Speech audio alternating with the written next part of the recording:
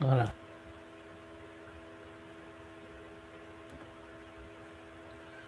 Alors, messieurs et dames, bonsoir et bienvenue dans Regard sur l'Afrique. Cette émission qui porte, n'est-ce pas, comme son nom l'indique, son regard sur l'actualité africaine. Eh bien, aujourd'hui, nous allons essayer d'aborder cette histoire de réforme en RDC, en République démocratique du Congo, qui est justement liée au troisième mandat du président Félix Tshisekedi, qui est arrivé au pouvoir qui est au pouvoir depuis 2019, eh bien, qui verra son mandat actuel terminé en 2028. Et donc, depuis le 12 dernier, nous avons assisté à, à des heurts, pour ne pas dire des violences liées à une manifestation, pour ne pas dire à un sitting qu'a organisé la coalition article 64, en abrégé C64, une coalition qui a vu le jour en mai dernier. Et donc, nous voulons ici et maintenant aborder, n'est-ce pas, ce sujet qui nous intéresse tous et qui intéresse forcément les, les citoyens, pour ne pas dire la population congolaise. Donc, comme toujours, je suis avec le confrère Anissé avec qui nous allons essayer d'aborder, de discuter, d'échanger sur ce sujet qui concerne, n'est-ce pas, la RDC et les violences liées à ces manifestations, pour ne pas dire à ce sitting du 12 juin dernier. Eh bien, chers confrères, bonjour et merci de nous rejoindre sur Regard sur l'Afrique. Bonjour Prudence, merci encore une fois d'avoir organisé cette discussion. Et effectivement, comme vous le dites, le sujet est assez intéressant. On a vu les manifestations, on a vu la disparition par les forces de sécurité, mais c'est que justement ça intéresse les Congolais et que ça les divise surtout. C'est très clivant, il y a des gens qui soutiennent le président Tshisekedi, il y a des opposants bien évidemment, et donc ça vaut la peine qu'on en discute aujourd'hui. Voilà, merci beaucoup. Alors, comme dit, et le décor étant déjà planté, tout de suite, j'aimerais vous demander le regard sinon, quelle lecture vous faites de la situation actuelle. Je veux bien sûr parler des, des violences liées, n'est-ce pas, au sitting que l'opposition, sinon la coalition de certains opposants, ce qu'ils ont organisé la dernière fois, c'était le 12 dernier. Quelle lecture vous faites de la situation, aussi bien des violences qui ont été émaillées de cette voilà, manifestation? Bon, il faut d'abord souligner que jusqu'à ce jour, le président Félix Tshisekedi n'a jamais déclaré de façon publique qu'il va briguer un troisième mandat. Tout ce qu'il a fait quand on lui a posé la question, c'est de dire que si le peuple le veut, il n'hésiterait pas à demander un troisième mandat. Bien entendu, cela veut dire, si on essaie de lire entre les lignes, qu'il a cette volonté de briguer un troisième mandat. Il ne serait pas le premier en Afrique. Ça s'est vu ailleurs. Et donc, quelle lecture que je fais? Tout d'abord, il faut savoir que la politique en République démocratique du Congo, à l'heure actuelle, ne peut pas être dissociée du conflit qui sévit à l'est de ce pays. Vous savez, il y a une rébellion de l'AFC M23, et donc qui sévit à l'est, qui a conquis de vastes territoires, d'ailleurs des villes importantes comme Goma et Oui. Bukavu. Mais il y a de vastes territoires qui ont été conquis par la rébellion.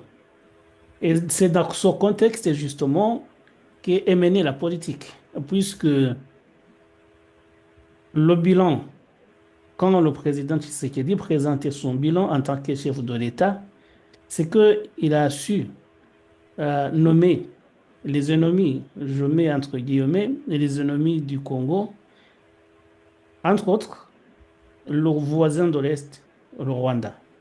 puisque pour lui et son gouvernement, c'est le Rwanda qui soutient la rébellion de la FCM 23 par le biais d'ailleurs de son prédécesseur, le président Joseph Kabila, qu'il accuse d'avoir, sous son règne, facilité justement l'exploitation du pays par des pays étrangers, dont le Rwanda.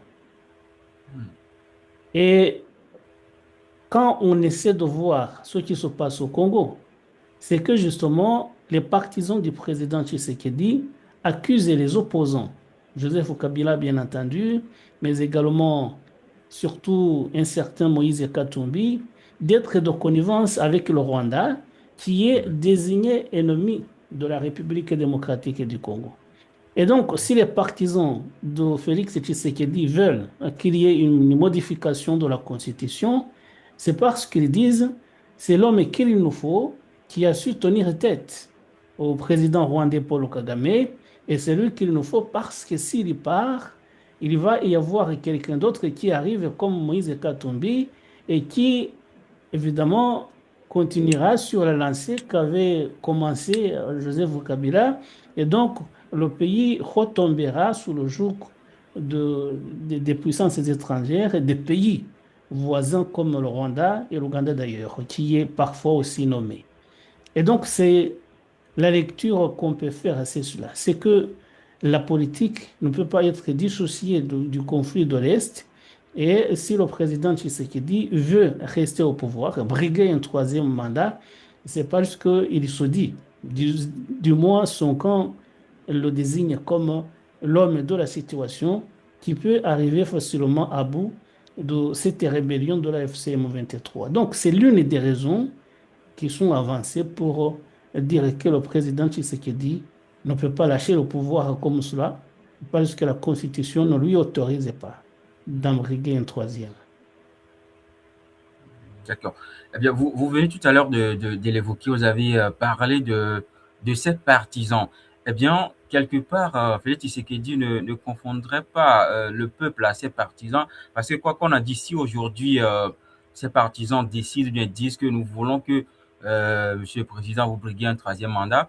Alors, ces partisans-là seront forcément confondus au peuple et donc ils iront à ce référendum-là qui modifierait forcément la Constitution.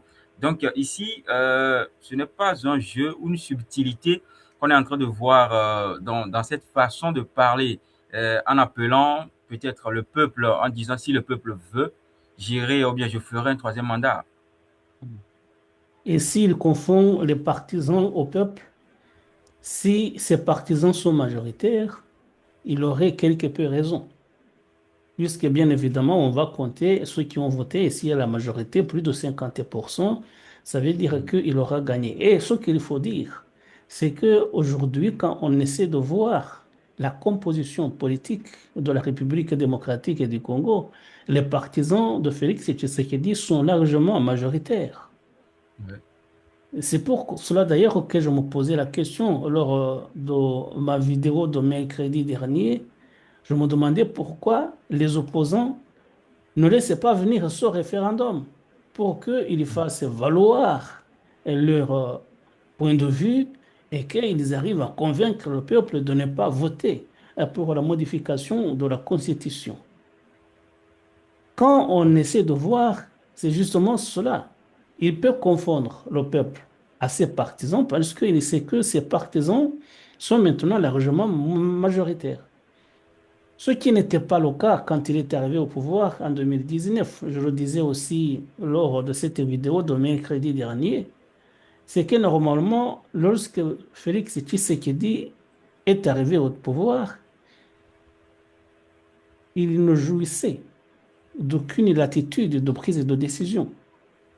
Tout avait été fait pour que ce soit son prédécesseur, Joseph Kabila, qui continue de dicter ses desiderata. C'est comme cela que euh, il avait tout fait pour que le Parlement soit dominé par ses partisans. Je parlais de Joseph Kabila. Le gouvernement, justement, suite à la composition majoritaire du Parlement, euh, devait nommer un premier ministre issu des rangs du parti de Joseph Kabila.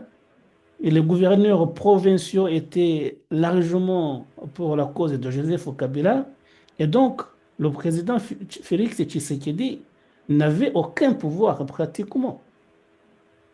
Et justement, là où il a su démontrer sa force, c'est qu'en quelque temps, il a su renverser la situation.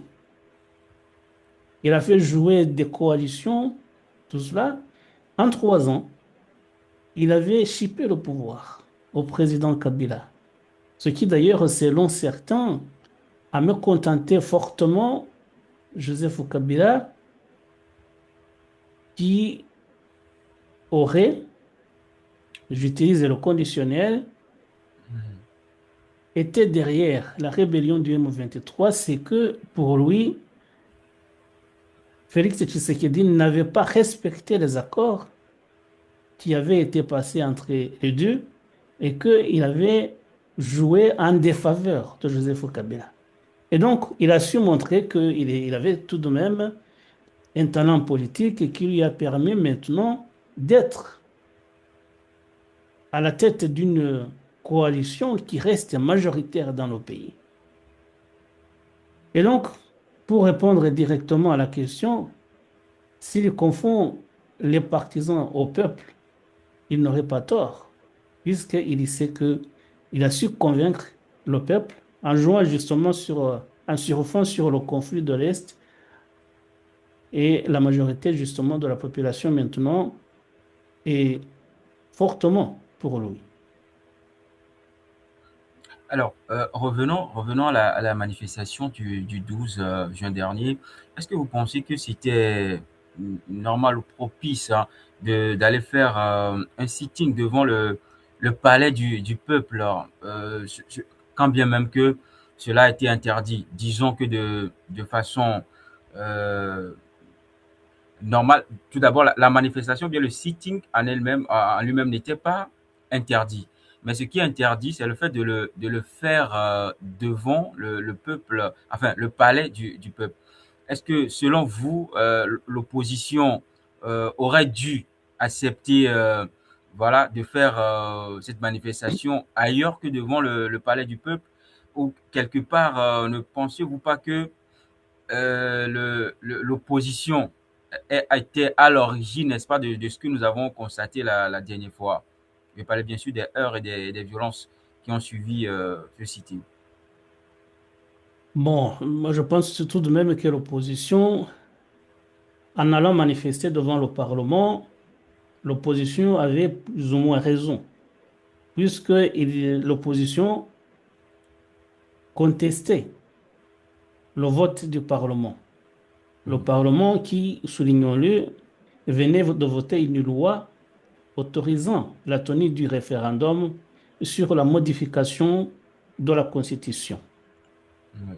Et donc, si il devait y avoir une contestation de ce vote, je ne vois pas où la manifestation pouvait se faire ailleurs que devant le Parlement qui avait effectué ce vote. Mais encore une fois, il faut respecter le règlement, les règles, les lois. Et si le pouvoir, disons l'administration, avait dit que la manifestation pouvait se faire ailleurs que devant le Parlement, bien évidemment, il fallait que l'opposition respecte cela, tout en sachant justement que cette décision de l'administration était également une décision politique. Ça veut dire, l'opposition, pour moi, avait raison de manifester devant le Parlement qui avait voté cette loi contestée. Mais si le pouvoir avait dit non, il ne faut pas aller devant le Parlement, c'est que justement c'est une décision politique. Donc tout est lié, c'est politique.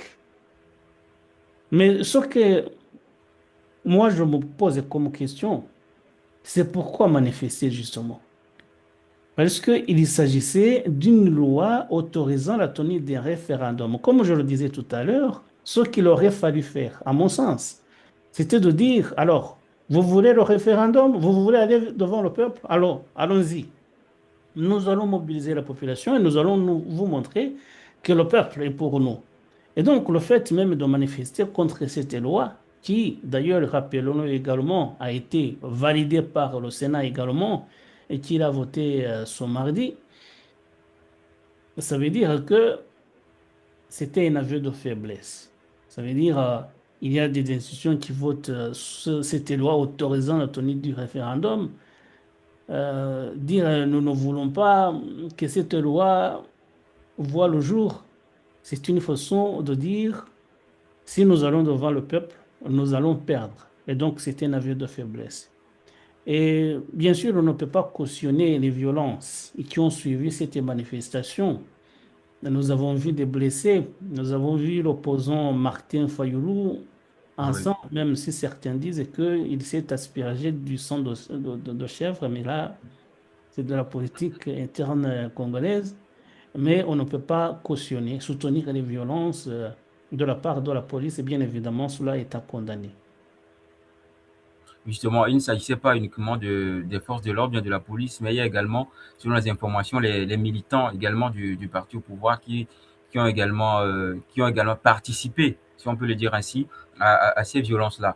Bon, ce que moi j'aimerais savoir, le pouvoir, sinon les autorités ne pourraient-elles pas faire autrement, c'est-à-dire encadrer ces manifestations, encadrer ces sittings, être là, mobiliser les forces nécessaires devant le palais du peuple pour voilà encadrer ces manifestations, assister les manifestants, les voir du début jusqu'à la fin, faire ce qu'ils ont envie de faire et puis bon voilà jusqu'à la fin ce qu'ils ont programmé faire, ils le fassent et puis bon on les raccompagne. Cela n'aurait-il pas été mieux que de réprimer ces manifestations? Bon, peut-être que la responsabilité est des deux côtés, puisque normalement, quand vous êtes opposant et que vous organisez une manifestation, une marche de contestation, vous devez également prévoir un service de l'ordre. C'est comme cela que ça se passe. Mm. Ça veut dire, vous savez que sur 10 000 personnes qui manifestent, tout le monde ne sera pas discipliné. Et c'est Oui, pour cela, normalement, que vous devez prévoir euh, un service de l'ordre interne, justement, parmi les manifestants pour que vous puissiez dissuader ceux qui veulent causer des problèmes et que, justement, la manifestation se fasse dans le calme. Mais cela n'exonérait pas, justement, les autorités, puisque, en premier lieu, la sécurité incombe tout d'abord au service de l'État, au gouvernement. Donc c'est pour cela que je dis que les responsabilités sont peut-être partagées.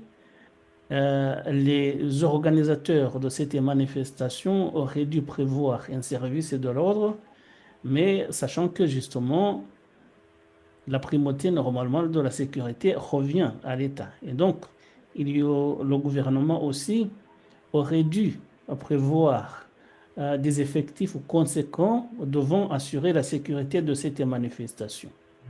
Ce qu'il y a à déplorer, c'est que quand ça se passe comme cela, et c'est que les forces de l'ordre ne sont pas neutres. Je parle des forces de sécurité, de la police, des oui, militaires. Parfois, il y a des gens normalement qui devraient être neutres, afficher une neutralité. Normalement, tout à les fait. fonctionnaires de l'État, dont les policiers et quelquefois aussi des militaires, devraient rester neutres dans ce qui se passe. Or, justement, si vous vous en prenez avec violence à ceux qui manifestent, c'est que vous épousez la cause de ceux qui sont au pouvoir et que vous considérez les manifestants comme vos ennemis. Et c'est ce qui est à déplorer justement, c'est que parfois, c'est pas seulement en République démocratique du Congo, on le voit un peu partout en Afrique, quand vous êtes membre des forces de sécurité, militaires, policiers, vous épousez forcément la cause du gouvernement, de celui qui est au pouvoir, et cela vous amène parfois à vous en prendre à ce que vous considérez comme des opposants, qui sont des opposants, mais que des fois vous considérez comme ennemis du pays. C'est ce qui se passe malheureusement en Afrique. Vous êtes opposé à la politique du gouvernement, on vous considère comme ennemi du pays, parfois on vous accuse de trahison, tout cela. Et justement, cela aussi fait partie du jeu politique et c'est ce qu'il y a aussi à déplorer dans ce qui s'est passé vendredi 12 à Kinshasa. Voilà, l'opposition, ça ne compte pas s'arrêter là. Ils ont déjà projeté d'autres manifestations.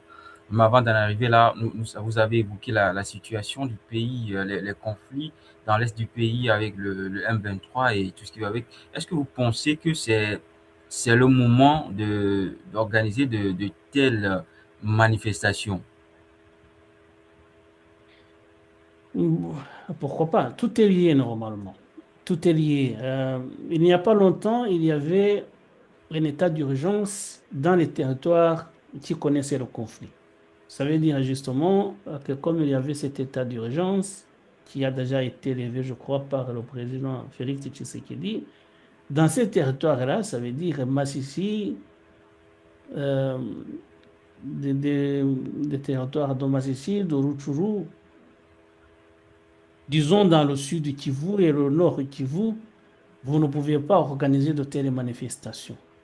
Mais il faut savoir que Kinshasa, la capitale, est à 2000 kilomètres de l'est des territoires qui connaissaient le conflit.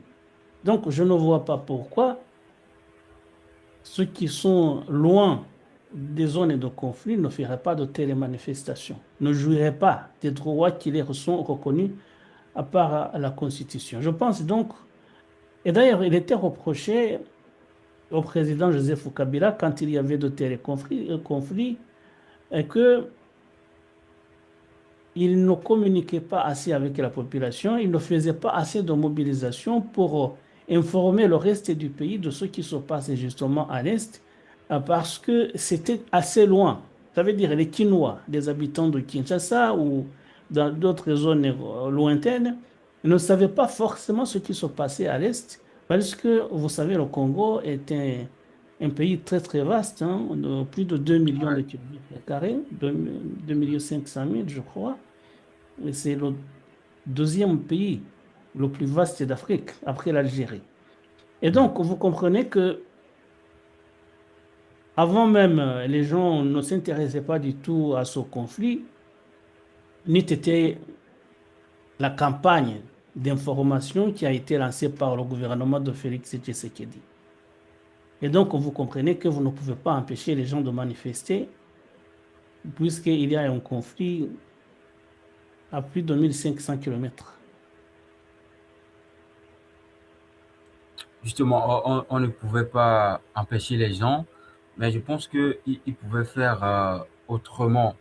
Alors, tout montre bien, tout démontre à suffisance que Félix Tshisekedi veut forcément faire un troisième mandat et l'opposition également est prête à l'empêcher pour y aller. Comme je l'ai dit, ils ont reprogrammé, n'est-ce pas, une autre manifestation. L'annonce a été faite le mardi dernier. Une manifestation programmée sur le 8 juillet prochain. Et donc, cette fois-ci, ils appellent les manifestants à marcher sur le palais présidentiel. Et donc, forcément que nous allons assister à ce à quoi nous avons assisté le 12 juin dernier. Alors, selon vous, en tant qu'observateur, est-ce que vous pensez que ces manifestations doivent être organisées? Et si oui, dans quelles conditions doit-on l'organiser pour que, voilà, on n'assiste plus à ces violences de la dernière fois? Ou dans un tout autre registre, vous pensez que ça doit être interdit catégoriquement? Justement, c'est ce que nous disions, ce qui a manqué la dernière fois, c'est que ce soit les organisateurs de la manifestation, les organisateurs de cette manifestation n'ont pas prévu un service de l'ordre conséquent. Et les forces de l'ordre également, de la part du gouvernement, n'ont pas joué assez leur rôle visant à maintenir la sécurité des manifestants, mais également de la population qui ne manifestait pas. C'est ce qui a manqué. Et donc, c'est ce qu'il convient de corriger. Ça veut dire, comme justement c'est annoncé, le 8 juillet, on en est encore un peu loin, dans un peu plus de 2 semaines. Ça veut Oui. dire qu'il faudrait que surtout les forces de sécurité, le gouvernement, le ministère de l'Intérieur, s'organisent et prennent des mesures sérieuses pour contenir les manifestants violents, mais c'est également que les organisateurs également de cette manifestation puissent s'assurer que la marche se fasse de façon pacifique. Mais il faut comprendre également ce qu'il faut noter aussi, c'est qu'en République démocratique du Congo, la population connaît, malgré les difficultés auxquelles on assiste, on voit quand même qu'il y a tout de même une sorte de démocratie qu'on ne voit pas dans d'autres pays africains. Enfin, il y a des pays africains qui connaissent aussi des libertés fondamentales, mais il existe aussi des pays où vous ne pouvez pas faire. Quand vous êtes dans l'opposition, vous ne pouvez pas vous permettre de faire ce que font les manifestants à Kinshasa. Parce que sinon, il n'y aurait pas seulement des blessés, il y aurait peut-être aussi des morts.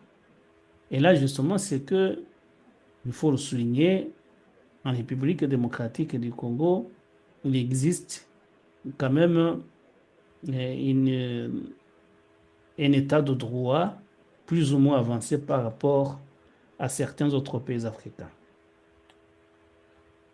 Alors, pour, n'est-ce pas, mettre fin à ces violences ou un temps soit peu apaiser les tensions, les chefs coutumiers proposent, n'est-ce pas, un arbre à palabres pour encadrer le débat sur cette réforme constitutionnelle.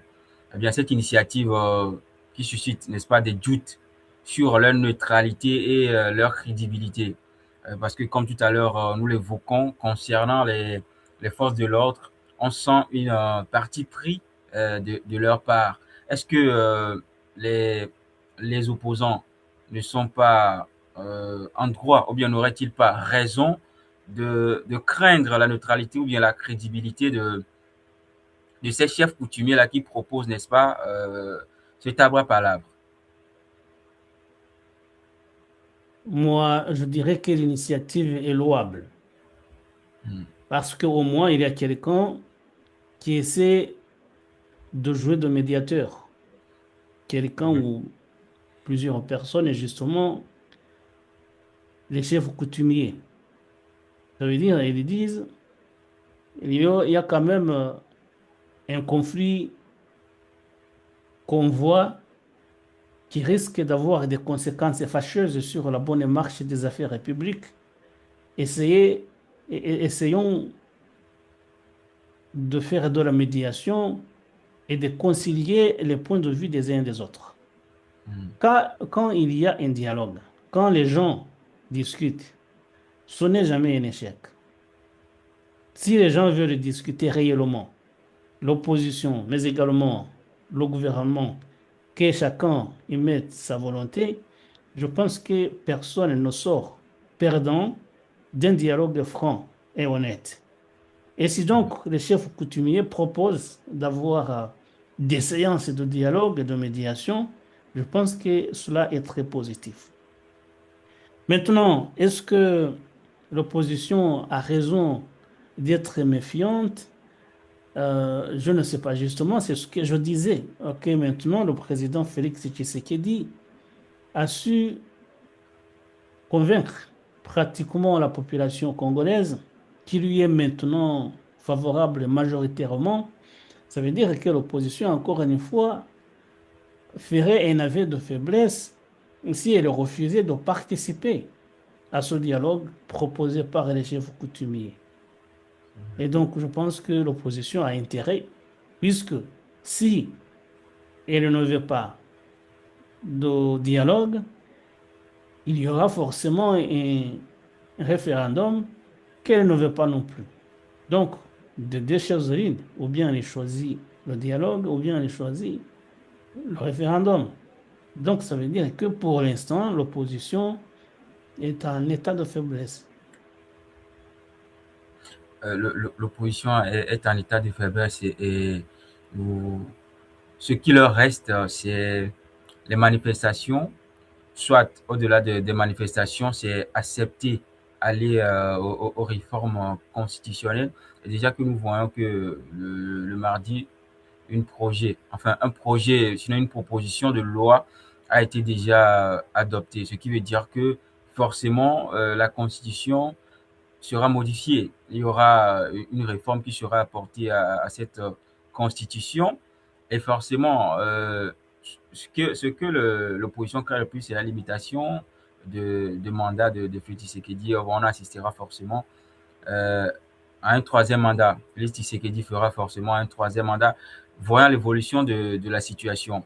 Et donc, le poids également des chefs coutumiers balance d'un côté, c'est évidemment du côté du président actuel, Félix Tshisekedi, eh bien, l'opposition n'a que seul pouvoir les manifestations ou aller à ces élections tout en préparant leur base, pour ne pas dire leurs militants. Ce sont ces deux options-là qui leur restent. Alors, nous l'avons évoqué tout à l'heure, le 8 juillet prochain, ils projettent une manifestation. À la place de ces manifestations, est-ce que vous pensez qu'il serait mieux de surseoir ces manifestations et d'aller vers leurs partisans, d'aller vers la population, d'aller vers le peuple et leur parler, les mobiliser, n'est-ce pas, à aller plutôt à un référendum plutôt que à faire des manifestations? Oui, en faisant des manifestations, justement, l'opposition veut faire pression sur le gouvernement, sur le pouvoir en place, afin d'abandonner ce projet de réforme constitutionnelle. D'ailleurs, ce projet de la tenue du référendum sur la révision constitutionnelle. Or, justement, on voit qu'également le pouvoir est déterminé à aller devant le peuple, le référendum. Et donc, je pense, comme vous le dites, que ce qui serait mieux serait que les opposants fassent campagne, puisque quand il y a un référendum comme cela, il y a forcément une campagne et chacun fait valoir ses positions devant le peuple qui va voter. Et je pense justement que puisque probablement le pouvoir ne va pas reculer sur ses intentions, ce qu'il faudrait faire peut-être, c'est que l'opposition essaie de convaincre le peuple que la révision de la Constitution n'est pas une bonne chose. Mais si, bien sûr, elle n'y parvient pas, ça veut dire qu'elle aura reconnu au moins la défaite, si défaite il devait y avoir. Justement, c'est ce qui se fait voir d'ores et déjà. Quelque part, l'opposition pense, comme nous avons l'habitude de l'assister plus souvent dans certains pays africains, à des élections truquées. Peut-être que l'opposition pense déjà, ou bien anticipe déjà ces élections, ou bien enfin la victoire du pouvoir par rapport à ces référendums, et donc plutôt que de mobiliser les bases des populations, sinon le peuple, il préfère des manifestations. Voilà. Alors, jusque-là, nous assistons aux caravanes, aux chiens qui aboient et la caravane qui passe. Donc, quoi qu'on en dise, l'opposition, cette loi sera forcément adoptée et on assisterait à un référendum. Alors, en l'état actuel du pays, nous l'avons évoqué plus haut, à l'état actuel du pays, est-ce que c'est ce dont le peuple, sinon la population congolaise a besoin actuellement, avec ce que nous assistons, les conflits à l'est du pays, voilà. Est-ce que la population a réellement besoin, a-t-on besoin d'un troisième, cinquième, ou voilà, un nombre illimité de mandats pour véritablement régler les problèmes liés? Parce que quoi qu'on en dise, hein, chacun connaît le nœud de ce problème-là, ce qui cause le conflit, sinon les conflits dans le pays. Tout le monde connaît le cause. Est-ce que il faut véritablement un certain nombre de mandats ou bien un mandat illimité pour pouvoir régler, résoudre ces problèmes-là dont est confrontée la RDC? Bon, vous apportez un élément important consistant à dire, est-ce que si le référendum a lieu, ce référendum, les élections seront crédibles? Là, c'est un élément essentiel justement. puisqu'on a vu au Congo, lors des dernières élections, il y a eu des observateurs, mais qui ont souligné un certain nombre d'irrégularités. Et d'ailleurs, on a dit qu'en 2019, ce n'est pas Félix Tshisekedi qui avait gagné les élections, que Justement. c'était un certain Martin Fayoulou Oui. qui était sorti vainqueur de l'élection présidentielle, Mhm. mais qu'il y a eu des arrangements entre Félix Tshisekedi et son prédécesseur Joseph Kabila pour écarter le véritable gagnant des élections. Donc, ça veut dire que dans ce pays-là, il y a tout de même une culture d'Autriche dans le cadre des campagnes électorales. Et donc, c'est une crainte à avoir de la part de l'opposition. Et donc, c'est pour cela justement que le dialogue que proposent les chefs coutumiers peut être intéressant. C'est qu'ils diraient justement, nous acceptons d'aller devant le peuple, mais il faut que vous ameniez des garanties que l'élection ne sera pas truquée. Peut-être que c'est un point à mettre sur la table s'il devait y avoir ce dialogue proposé par les chefs coutumiers. Maintenant, ce que vous posez comme question, est-ce que le peuple vraiment a besoin de ces élections, que quelqu'un qui est au pouvoir brigue d'autres mandats comme si il ne pouvait y avoir que lui dans le pays? Justement, ça également, c'est une interrogation à voir. Que je disais mercredi d'ailleurs dans cette vidéo à laquelle je faisais allusion tout à l'heure. C'est que normalement, si on essaie d'être logique sur le plan juridique, quand vous arrivez au pouvoir, vous jurez de faire respecter la Constitution. Ouais. Vous dites, je prête serment, je vais respecter la Constitution du pays. Alors, respecter la Constitution du pays, normalement, ça veut dire la Constitution telle que vous l'avez trouvée. Même si il devait y avoir des modifications sur les mandats, la limitation des mandats, justement, puisqu'il s'agit de cela, ça ne vous concernerait pas. C'est mon point Ouais. de vue. Si Félix Tshisekedi est arrivé au pouvoir en 2019, qu'il a juré de respecter la Constitution, ça veut dire qu'il a juré de rester 2 mandats et pas plus. Ouais. Si on doit modifier la Constitution, Félix Tshisekedi ne devait pas être concerné. Ça concernerait peut-être les chefs d'État qui viendraient après lui. Mais comme on le sait, justement, en Afrique, il y a beaucoup d'autres chefs d'État qui l'ont fait. On passe justement outre et on fait ce qu'on veut.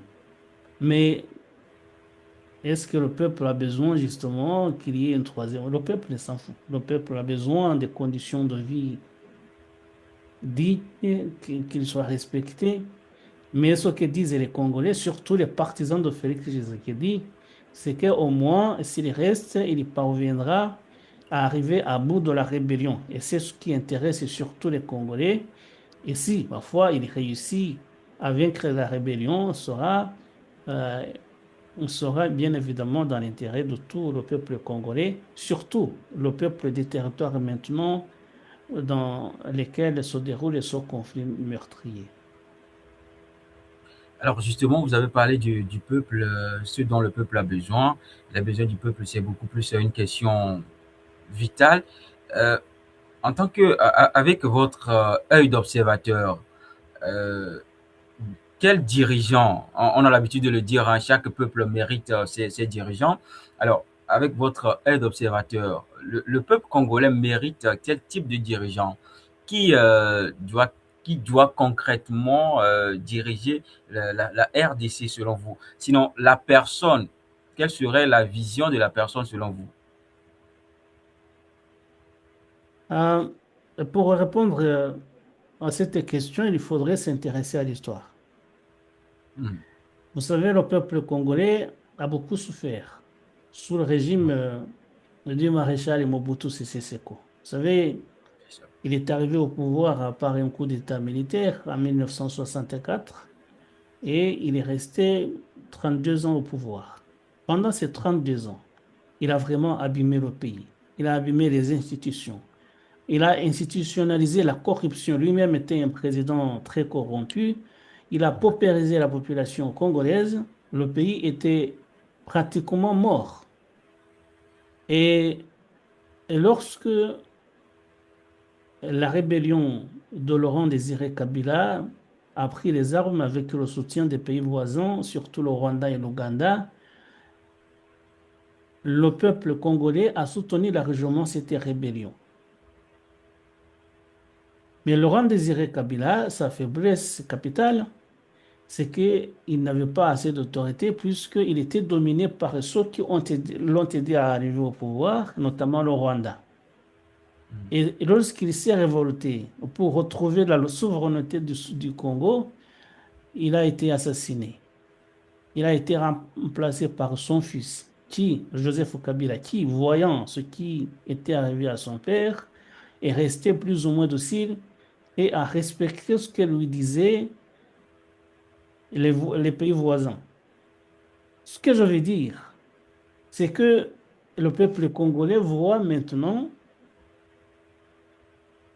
le, le pays être dominé par les étrangers, les pays voisins, mais également des puissances étrangères, sur fond bien évidemment d'exploitation d'immenses richesses dont le gorge est le Congo. Quel est le dirigeant alors qu'il faudrait? C'est celui qui parviendrait, et c'est en partie ce qu'a réussi de faire le président Tshisekedi, d'abord à construire des institutions viables, surtout l'armée. Puisque maintenant, si le Congo connaît des conflits à n'en pas finir, c'est qu'il n'y a vraiment pas d'armée.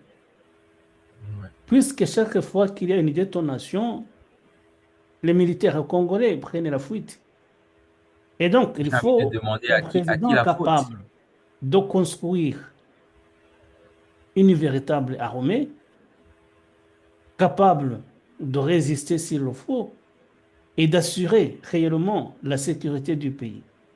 C'est celui qui parviendra à reconstruire des institutions, ce qui n'est pas encore vraiment le cas, afin que le pays puisse non seulement résister, euh, compter dans le concert international avec des mutations auxquelles on assiste tous les jours, mais également qu'il y a une véritable souveraineté.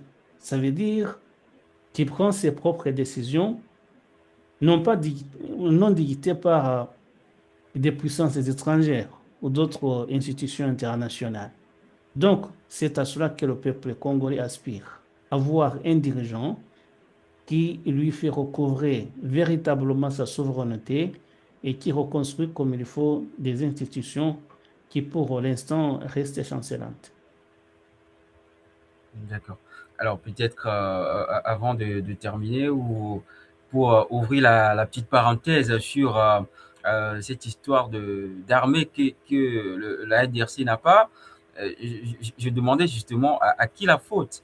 La solution serait de recruter les rebelles dans l'armée.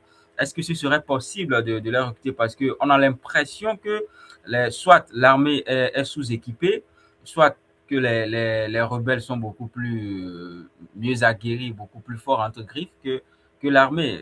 La solution, voilà, pour la petite parenthèse, serait-il de recruter les rebelles au sein de l'armée congolaise? Non, non, pas forcément. Ce qu'il faut, c'est d'abord de la volonté de le faire, la volonté politique est de le faire. Il faut savoir que le Congo est un pays qui a beaucoup de moyens. Je parlais des Mm, richesses. ouais. C'est peut-être le pays, en termes de sous-sol, qui est le plus riche du monde, mais qui a également la population peut-être la plus pauvre du monde. C'est un paradoxe que tout le monde voit. Et donc, si on essaie d'avoir d'abord la souveraineté du pays, avec les moyens qui sont là, il ne serait pas difficile de construire une armée digne de son nom. Et je pense d'ailleurs, quand on essaie de voir le discours des dirigeants actuels, c'est ce qu'ils essaient de faire. D'abord parce qu'ils disent que parmi l'armée actuelle, il y avait beaucoup de traîtres qui étaient à la solde d'autres pays. D'abord, ce qu'ils veulent d'abord, c'est démasquer ces gens qui sont nuisibles et puis maintenant avoir une armée bien entraînée et qui fait son boulot véritablement. Donc, ça prendrait du temps, mais si on devait engager les rebelles, ce serait dans le cadre peut-être des pourparlers qui sont là entre les rebelles et le gouvernement. Si donc on tombe d'accord que les rebelles seraient intégrés dans l'armée, pourquoi pas? Mais cela, c'est pas ça qui va faire que l'armée euh, retrouve sa véritable force. Il faut tout simplement de la volonté politique, des moyens financiers que le Congo n'aurait pas beaucoup de mal à trouver, mais également d'avoir des encadrants, des gens, des instructeurs qu'il faut pour que l'armée vraiment soit une armée digne de son nom. Que l'armée soit une armée digne de ce nom. Quand on parle souvent de l'Afrique ou bien de certains pays africains, ce qui revient le plus souvent, c'est la souveraineté. Alors, la question, peut-être pour terminer, c'est qui pour sauver l'Afrique finalement? Qui pour sauver l'Afrique? C'est l'Afrique. La réponse est très simple. Mais pour cela, justement, je parlais de la République démocratique du Congo, bien évidemment, Hmm. qui doit prendre ses responsabilités, démasquer d'abord les gens qui travaillent à la solde d'autres puissances. Hmm. Mais si nous parlons maintenant de l'Afrique, il faut qu'il y ait des dirigeants qui puissent sauver les intérêts des Africains. Mais cela va être très compliqué, justement. Je sais qu'il y a des dirigeants qui ont la volonté de le faire. Mais on a vu, par exemple, ce qui s'est passé hier à Niamey. S'il y a des gens qui veulent toujours déstabiliser le pays, c'est que peut-être Oui. le général Tiani, je ne vais pas dire que peut-être que c'est le premier souverainiste qu'on a, mais au moins il affiche cette volonté. Hmm. Donc, quand vous affichez la volonté de vous émanciper des puissances étrangères, il y a également des complots qui surgissent d'ici et là. Et donc, il faudrait qu'il y ait des Africains, des dirigeants africains qui acceptent de prendre des risques et qui militent réellement pour la souveraineté réelle. Et s'il y en a, ils seront forcément soutenus par les populations, les peuples. Et c'est ce qui compte. Et comme je le disais dernièrement, justement, je ne sais pas si c'est la semaine dernière, mais cela devait être le rôle de l'Union africaine. L'Union Oui. africaine qui devrait être normalement une organisation qui milite pour les intérêts des Africains. Mais on voit que ce n'est pas le Hmm. cas. D'ailleurs, l'Union africaine est financée peut-être par d'autres organisations qui viennent d'autres continents, ce qui est quand même un peu bizarre avec les ressources que nous avons en Afrique. Mais Oui. ça veut dire donc l'Union africaine a échoué. Les organisations d'intégration sous-régionales ont pratiquement échoué. On voit qu'il y a un peu partout des dirigeants qui sont imposés par les puissances des étrangères. Et tant que justement on aura des dirigeants qui travaillent pour les intérêts des étrangers, ce sera très difficile de parvenir à cet objectif pourtant si noble. Donc, répondre à cette question, c'est dire tout simplement que c'est les Africains eux-mêmes qui se verront l'Afrique, même si cela peut-être prendra du temps et que ça demandera beaucoup de sacrifices. Eh bien, l'Afrique pour sauver l'Afrique, les Africains pour sauver les Africains, même si sinon les Africains pour sauver l'Afrique, voilà, même si cela va prendre du temps, l'essentiel est qu'il y ait de la volonté et que chacun travaille pour arriver à cet idéal commun qui est de voir l'émergence, sinon le développement complet de l'Afrique. Eh bien, merci, chers confrères, d'avoir joué le jeu d'échange de cette émission Regard sur l'Afrique. Merci également à ceux qui nous ont suivis. Eh bien, comme toujours, j'ai envie de demander, est-ce que vous pensez qu'on a tout dit lors de ce temps que nous avons passé ensemble? On ne peut pas tout dire, hein, mais on a dit l'essentiel, justement, selon le sujet que vous aviez préparé.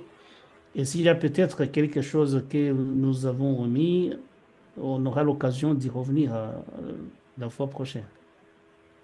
Voilà. Merci beaucoup, cher confrère Anissé. Alors, merci également à vous qui nous avez suivis.